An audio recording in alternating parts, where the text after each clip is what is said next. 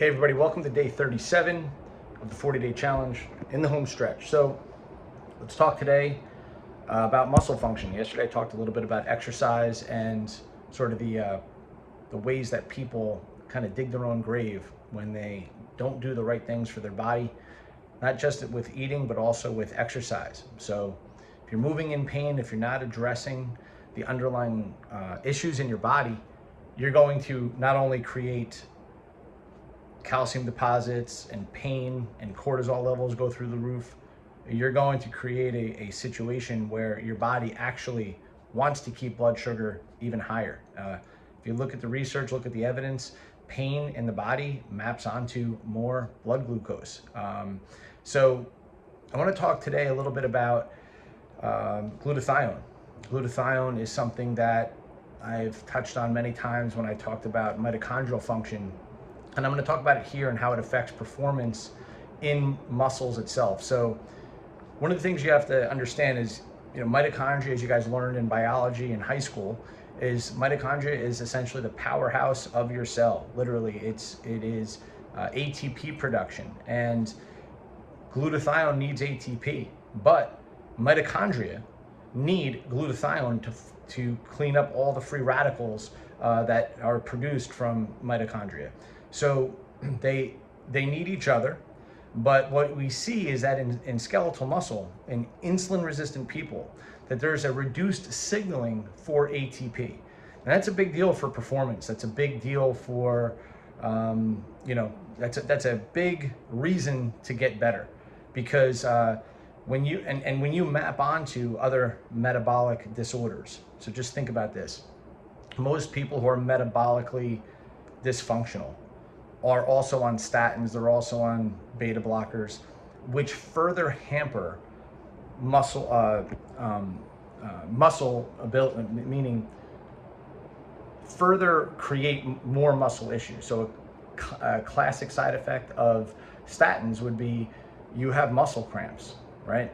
Beta blockers, you are literally in a parasympathetic state. It's harder for you to get sympathetic, and one of the things that you see is basic muscle atrophy over time, because it's very hard for you to get into that state of fight or flight when you're trying to lift weights and do things. That's why everything about beta blockers is to keep your heart rate lower and lower.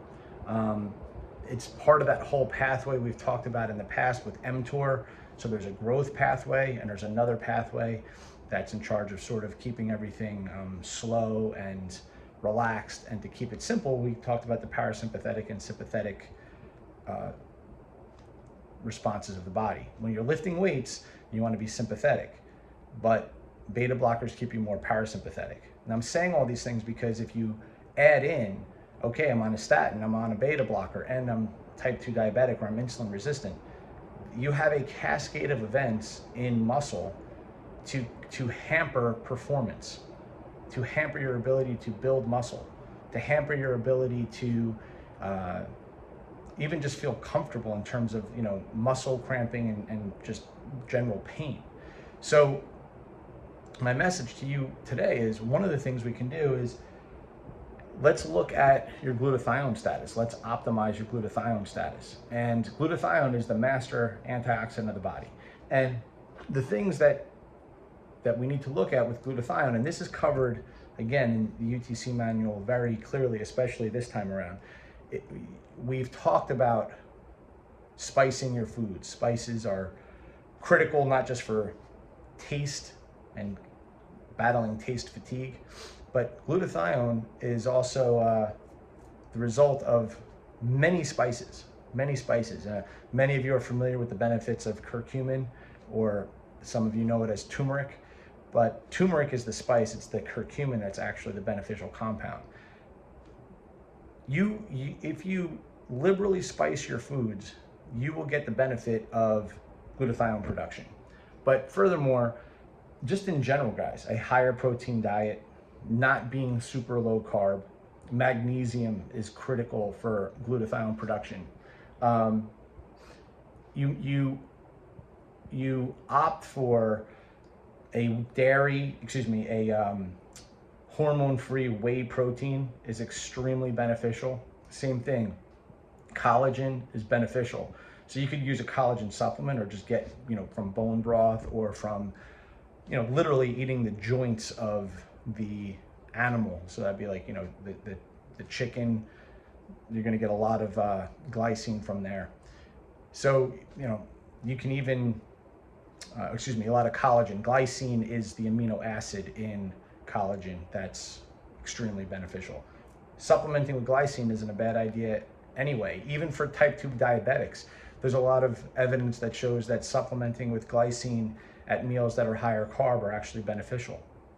There's like a buffering that the glycine creates in your glucose response. Making sure that you eat enough fruits and vegetables are critical to glutathione production.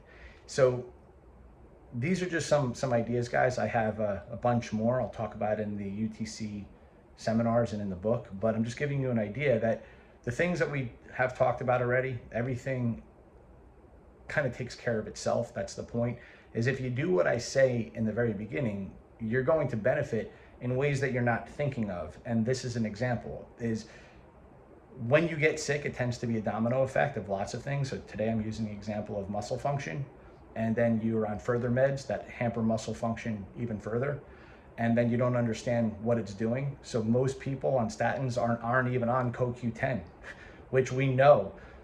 CoQ10, also known as ubiquinol. Ubiquinol is the reduced form of CoQ10. If you're on a statin and you're not taking that, that is one of the most important buffers in the electron transport chain that statins absolutely dramatically reduce. And the result of all disease, guys, I promise you, if you look it up, it's oxidative stress. It boils down to oxidative stress.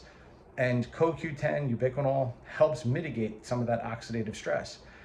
I'm just giving you examples that when we don't think about what's happening mechanistically and recognize how we're flipping all these switches while ignoring all these other ones, there's no free lunches. You have to actually fix yourself.